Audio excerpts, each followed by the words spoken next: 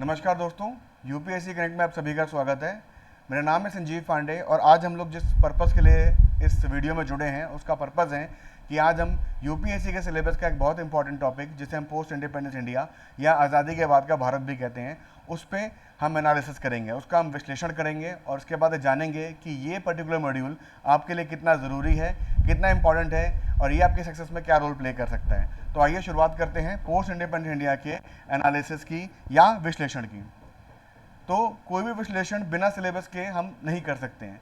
तो जब भी आप यूपीएससी का कोई भी सब्जेक्ट उठाए, कोई भी मॉड्यूल उठाए, तो सबसे पहले उसका सिलेबस देखें कि यूपीएससी आपसे क्या अपेक्षा रखता है, आपसे क्या एक्सपेक्टेशन रखता है। तो अगर आप उस एक्सपेक्टेशंस पे खरे उतर जाएंगे तो आपका जो सपना है यूपीएससी आईएएस क्वालिफाई करके आईएएस बनने का, वो बहुत जल्दी सच हो सकता है। और अगर आप इस तरह से नहीं करेंगे तो आप हमेशा इस असमंजस में रहेंगे, इस कन्फ्यूजन में रहेंगे कि क्या गलती हो गई, कहाँ हमसे कमी रह गई, जी हमारा सिलेक्शन नहीं हुआ। तो विश्लेषण बहुत ज़रूरी है और विश्लेषण के अंदर जो पहला स्टेप होता है वो होता है सिलेबस का विश्लेषण है। सिलेबस का हम पर्टिकुलर तरीके में हम देखेंगे, सिलेबस को एनालाइज करके कि क्या यूपीएससी हमसे एक्सपेक्टेशन रखता है। तो यहाँ पे बेसिकली सिलेबस के अंदर हम लोगों ने आपसे दो अलग अलग एग्जाम्स के जो हैं, जो कि सिमिलर लाइंस पे चलते हैं। एक आपका यूनियन पब्लिक सर्विस कमीशन का सिविल सर्विस एग्जामिनेशन है, उसका सिलेबस, और दूसरा Uttar Pradesh public service commission का जो पेपर है उसके बारे में, उसके सिलेबस को हम डिस्कस करने जा रहे हैं। तो पोस्ट इंडिपेंडेंस इंडिया की एक बात करिए तो consolidation and reorganization within the country. तो यहाँ पे एक ही लाइन दी गई है, एक्सप्लिसिटली डिफाइन किया गया है। क्या बोला गया है? पोस्ट इंडिपेंडेंस में भारत के, मतलब भारत की आज़ादी के बाद जो भारत का कंसोलिडेशन हुआ है, उसका रीऑर्गेनाइजेशन हुआ है with respect to political boundaries, इसके बारे में यहाँ पे बात करी गई है और ये पूछा गया। पर आप देखिए यही चीज़ जो है यूपी पीसीएस पे दोहराता है अपने सिलेबस में, consolidation and reorganization within the country till 1965। तो दोनों के सिलेबस में एक डिफरेंस आ गया कि एक यूपीएससी बोल रहा है कि हमें रीऑर्गेनाइजेशन और कंसोलिडेशन के बारे में बात करनी है टिल 2021। अगर उसमें कोई टाइमलाइन नहीं दी है तो 1947 से लेके हम कह सकते हैं कि 1947 से लेके 2021 तक के जितने भी कंसोलिडेशन हुए हैं और रीऑर्गेनाइजेशन हुआ है स्टेट्स का, मतलब पॉलिटिकल बाउंड्री का, उसके बारे में बात करनी है। वहीं यूपी पीसीएस अपने सिलेबस को रिस्ट्रिक्ट करता है 1965 तक।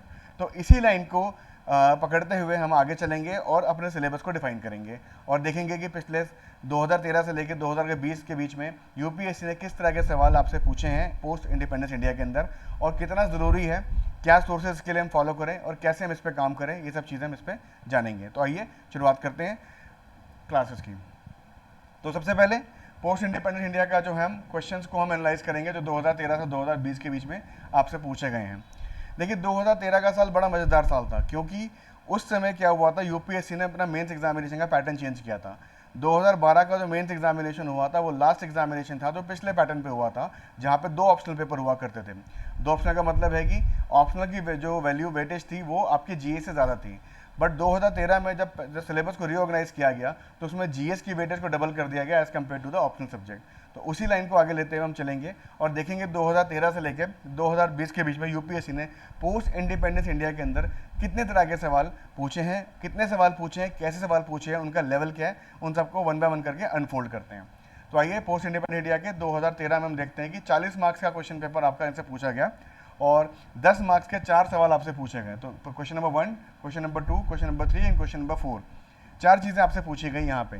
तो पहला क्वेश्चन क्या बोलते हैं, right a critical note on evolution and significance of slogan जय जवान जय किसान।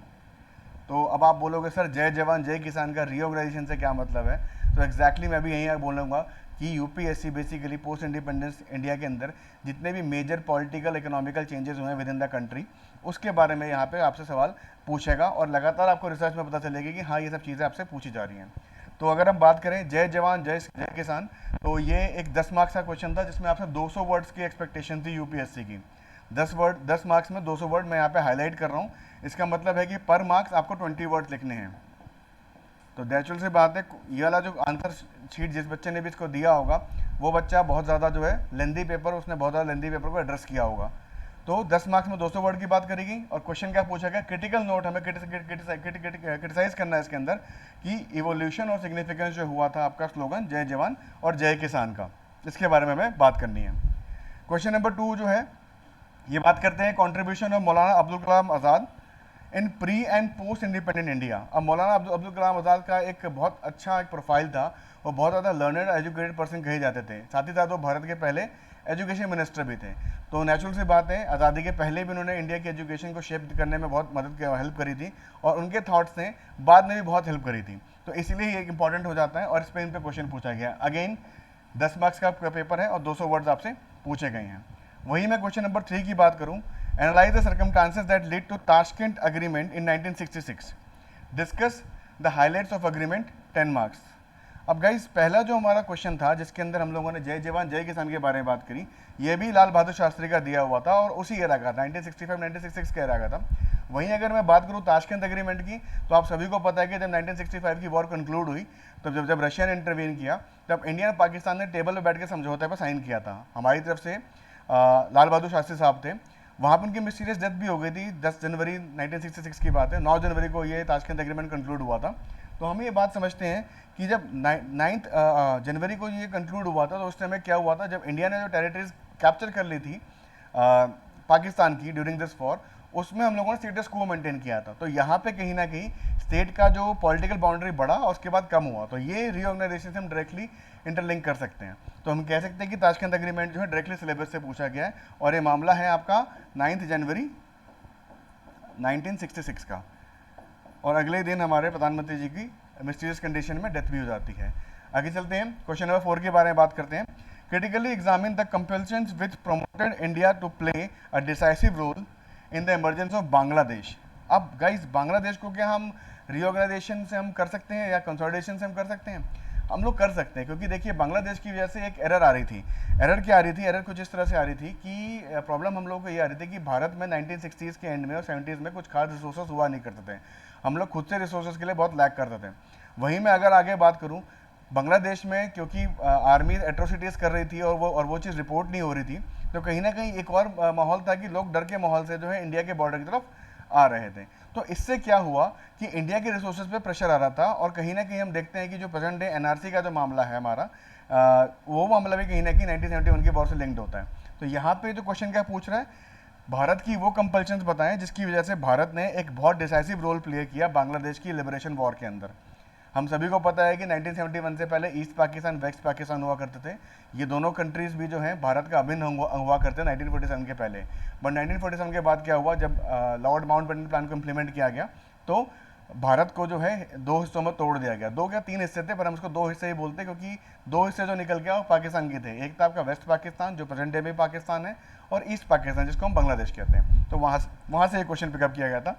ये सवाल भी आपका 10 मार्क्स का है, और यहाँ पे भी आपसे 200 वर्ड्स की एक्सपेक्टेशंस वो लोग चाहते हैं। आगे बढ़ते हैं। 2014 में इस सेक्शन से एक भी सवाल नहीं पूछा गया। 2015 में भी ये चीज़ रिपीट करेगी, एक भी सवाल नहीं पूछा गया। 2016 में देखिए 12.5 मार्क्स का एक सवाल आपसे पूछा गया। तो क्या सवाल है, इसके बारे में बात करते हैं। Has the formation of linguistic state strengthen cause of Indian unity. अब नाउ गाइस, एक हम जब 1950s को हम पढ़ते हैं तो हमें समझ में आता है कि भारत में एक बहुत बड़ा आंदोलन चला, जहाँ पे लोगों की डिमांड ये थी कि भारत के स्टेट्स को जो है उनके लिंग्विस्टिक कल्चर के बेस पे जो है डिवाइड किया जाए। तो अगर हम ऐसा करते हैं तो हमारे देश में इस टाइम पे जितने भी स्टेट्स हैं उससे कई गुना ज़्यादा स्टेट्स होते हैं। मैं कई गुना की बात कर रहा हूँ या मल्टीप्लायर की बात कर रहा हूँ, मैं एडिशन की बात नहीं कर रहा हूँ, क्योंकि हमारे कंट्री में करीब 200-250 लैंग्वेजेस हैं, और उसके भी पता नहीं कितने तरह के डायलेक्ट्स हैं, जिसके बारे में अगर हम हर एक को लैंग्वेज के बेस पे स्टेट अलाउ करने लग जाते तो मामला बहुत बिगड़ जाता और स्टेट्स के अंदर जो इंटीग्रिटी है, जो कंसोलिडेशन है, वो हो नहीं पाता। अब इसके ऊपर क्या हुआ, इस पर कई तरह की कमेटियाँ बैठी। लगातार कमेटियों ने ये बात बोली कि नहीं, हम स्टेट्स को जो है लिंग्विस्टिक बेसिस पे नहीं डिवाइड कर सकते। और उसके बाद क्या हुआ, अल्टीमेटली एक बहुत बड़ा आंदोलन हुआ और एक स्टेट निकल के आया। पॉटी श्रीमुल्लू ने एक फास्ट किया, उसके बाद जो है पहला स्टेट हमारा लिंग्विस्टिक बेसिस पे निकल के आया। तो ये इसके ऊपर इस कंसोलिडेशन में क्वेश्चन पूछा गया। तो हम कह सकते हैं कि क्योंकि यहाँ पे स्टेट्स को रीऑर्गेनाइजेशन की बात हो रही है, उसके पीछे एक मूवमेंट चला था, तो क्वेश्चन लाजमी सी बात है, इसमें से क्वेश्चन बनता ही था। और यूपीएससी ने क्वेश्चन 2016 में आपसे पूछ भी लिया। क्वेश्चन को दोबारा पढ़ते हैं। Has the formation of linguistic state strengthen the cause of Indian unity. तो ये पूछ रहा है कि लिंग्विस्टिक बेसिस पे जो स्टेट्स बने थे, क्या उसने भारत की यूनिटी को और स्ट्रेंथन किया? तो इस पर आपको कमेंट करना है, टिप्पणी करनी है।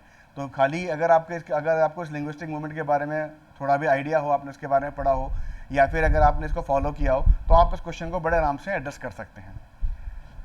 आगे चलते हैं। 2013 से 2020 के क्वेश्चन के अंदर हम आ गए हैं 2017 में। यहाँ पे 15 मार्क्स का एक सवाल आपसे पूछा गया है, 15 मार्क्स का डिनोमिनेशन आ चुका है और 15 मार्क्स में ये आपसे 250 वर्ड्स की डिमांड कर रहा है। ठीक है, जो वर्ड लिमिट है वो मैंने बार बार हम लोगों ने यहाँ पे बार बार आपको मेंशन कर दी है। वर्ड लिमिट बहुत ज़रूरी होती है जब आप यूपीएससी मेंस का आंसर लिखते हैं। अगर आप उसमें कामयाब नहीं होते, ज़्यादा वर्ड लिमिट पे लिखते हैं, कम वर्ड लिमिट लिखते हैं, तो आप दोनों ही केस में आपके मार्क्स कटते हैं। तो वर्ड लिमिट का बहुत ध्यान रखना है। सवाल क्या पूछा गया है, distinguish between the religiousness and religiosity and communalism, giving one example how the former has got transformed into the latter in the independent India. क्या बोला गया कि धार्मिकता और धर्म के बेस पे कम्युनिज्म को बढ़ाना, ये कैसे ट्रांसफॉर्म हो गया है आज़ादी के पहले आज़ादी के बाद में, इसके बारे में टिप्पणी करनी है। तो 2017 का पेपर है, आप लोगों को थोड़ा सा याद हो, करंट अफेयर्स के अंदर हम लोग देख रहे थे कि लगातार जो है लिंचिंग जैसे मामले, इनटॉलरेंस जैसे मामले आ रहे थे और रिलीजियस फंडामेंटलिज्म जैसी बातें बहुत सारी चल रही थी हमारी न्यूज़ के अंदर। तो पॉसिबली यूपीएससी ने क्वेश्चन वहीं से पिकअप किया था। फाइन, 2018 में चलते हैं। 25 मार्क्स का इसमें टोटल आपका इनपुट रहेगा। इसमें 10 वर्ड का 10 मार्क्स का एक क्वेश्चन है और 15 मार्क्स का एक क्वेश्चन है। तो 10 मार्क्स का क्वेश्चन है, उसमें यूपीएससी बोल रहा है कि आपको 150 वर्ड लिखने हैं। तो नेचुरल सी बात है कि 1 वर्ड यहाँ पे 1 marks equal to 1.5 word, 15 words हो गया है, जो कि पहले 20 था। तो यहाँ पे यूपीएससी ने इस चीज़ को समझा है और इस चीज़ को रिड्यूस किया है। क्या है, throw light on the significance of thoughts of Mahatma Gandhi in present times. अब गाइस ये जो क्वेश्चन है महात्मा गांधी के थॉट से निकल के आ रहा है। महात्मा गांधी का थॉट जो अहिंसा की थ्योरी है, जो ट्रूथफुलनेस की थ्योरी है, महात्मा गांधी, मैंने जनरली देखा है कि यूपीएससी का बहुत हॉट फॉरवर्ड टॉपिक रहते हैं हमेशा महात्मा गांधी। कई सारे सवाल जो है महात्मा गांधी के के पेरीफेरी में बनते हैं। तो आपको ये चीज़ समझनी चाहिए इसके अंदर कि महात्मा गांधी के बारे में, उनके विचारों के बारे में, उनके जीवन के बारे में, उनके संघर्ष के बारे में आपको बहुत अच्छे से पढ़ना है। दूसरी चीज़, ये सवाल ये पोस्ट इंडिपेंडेंस इंडिया में क्यों है और मॉडर्न इंडिया में क्यों नहीं है, क्योंकि ये क्वेश्चन क्या बोल रहा है, महात्मा गांधी के थॉट जो हैं प्रेजेंट टाइम्स में कैसे रेलिवेंट है। प्रेजेंट टाइम्स मतलब कि 2018 का क्वेश्चन है, 2018 में कैसे रेलिवेंट था। अगर 2018 को आप थोड़ा सा रिकॉल करें तो ये जो इनटॉलरेंस वाला मामला है चला आ रहा था, कहीं ना कहीं जो है हम लोग करंट अफेयर्स में देख रहे थे कि कम्युनिज्म जैसी चीज़ें बहुत बढ़ रही थी, कहीं ना कहीं हम लोग देख रहे थे कि हेट्रेड बहुत बढ़ रहा था, वायलेंस बहुत बढ़ रहा था। तो ये सब चीज़ें जो है गांधी जी की थॉट प्रोसेस को डायरेक्टली चैलेंज देती हैं। तो इसलिए ये सवाल यहाँ पे पूछा गया था। जिस भी टीचर ने सवाल बनाया उसको मेरी तरफ से एक बहुत बड़ा अपलॉज है, क्योंकि इस तरह का सवाल सोचना अपने आप में एक बहुत बड़ी स्किल का प्रदर्शन करता है। आगे चलते हैं। Discuss whether the formation of new states in recent times beneficial और नॉट। तो गाइज यहाँ पे पूछा गया है कि जो हाल ही फिलहाल में जो स्टेट बने हैं क्या वो बेनिफिशियल हैं या बेनिफिशियल नहीं है। तो अगर आप देखें 2018 से पहले कौन सा स्टेट बना था, हमारा आंध्रा और तेलंगाना अलग हुआ था। उसके बाद तो कोई हुआ नहीं। उसके बाद 2019 में जो हुआ है, चेंज हुआ है। तो ये पूछ रहा है कि आंध्रा और तेलंगाना का जो स्प्लिट हुआ है क्या वो बेनिफिशियल है कि नहीं है। तो ये चीज़ आप तभी आप कर सकते हैं जब आंध्रा और तेलंगाना को आप फॉलो कर रहे हो, उनके सारे पैरामीटर, सारे डेटा, सारी चीज़ों को ऑथेंटिकेट करके यहाँ पे एक खूबसूरत गुलदस्ते की तरह पेश कर पाएंगे, तभी आप इस क्वेश्चन को कर पाएंगे। तो कहीं ना कहीं पोस्ट इंडिपेंडेंस इंडिया के अंदर मैं देख रहा हूँ कि एक करंट अफेयर्स का भी ट्रेंड कहीं ना कहीं आता जा रहा है। आगे चलते हैं। 2019 में आपसे एक भी सवाल नहीं पूछा गया और 2020 में भी आपसे एक भी सवाल नहीं पूछा गया। तो अगर मैं बात करूं पूरे डेटा की तो आप देखिए 2013 में 40 मार्क्स के क्वेश्चन हैं आपसे, 2014 में एक भी क्वेश्चन नहीं आपसे पूछा गया, 15 में भी ये चीज़ रिपीट करी गई, 16 में 12.5 मार्क्स, 17 में 15 मार्क्स पूछे गए, 18 में 25 मार्क्स, इसमें 10 मार्क्स का एक था, इस 15 मार्क्स का एक था, और 19 में आपसे एक भी सवाल नहीं पूछा गया, 20 में एक भी सवाल नहीं पूछा गया। तो टोटल 2000 में से अगर मैं बोलूँ तो 4.6% का रेलिवेंस रहा है ओवरऑल। तो गाइज अब आती है बात कि हम इसके लिए क्या सोर्सेज यूज़ करें। देखिए यूपीएससी को में क्या पढ़ना है, कितना पढ़ना है, बहुत इंपॉर्टेंट होता है। अगर आप चाहें तो इसमें बिपिन चंद्र सर की बुक भी पढ़ सकते हैं जो कि इंडिया सिंस इंडिपेंडेंस है। आप रामचंद्र गौवा सर की किताब भी पढ़ सकते हैं, इंडिया सिंस गांधी करके, पर वो किताबें 800 900 पेज की है। और कहीं ना कहीं उसके अंदर जो अगर आप कंटेंट में जाएंगे तो आप पोस्ट इंडिपेंडेंट इंडिया के एक्सपर्ट बन जाएंगे, जो कि हम यहाँ करने आए नहीं हैं। हमारा काम है यहाँ पे अपने जितना हमसे पूछा जाए उसको आंसर करना। तो ज़्यादा बेहतर है, इसके लिए आप हमारे नोट्स को यूज़ कीजिए। 50-60 पेज के हमारे नोट्स हैं, उसके बाहर आज तक कभी कोई चीज़ नहीं आई है, और उन नोट्स को हमने बहुत तरीके से बनाया है जिनको हम अभी आगे आने वाले वीडियोज़ में एक्सप्लेन करेंगे, और आपकी जो समझ है पोस्ट इंडिपेंडेंस इंडिया की बहुत शार्प हो जाएगी।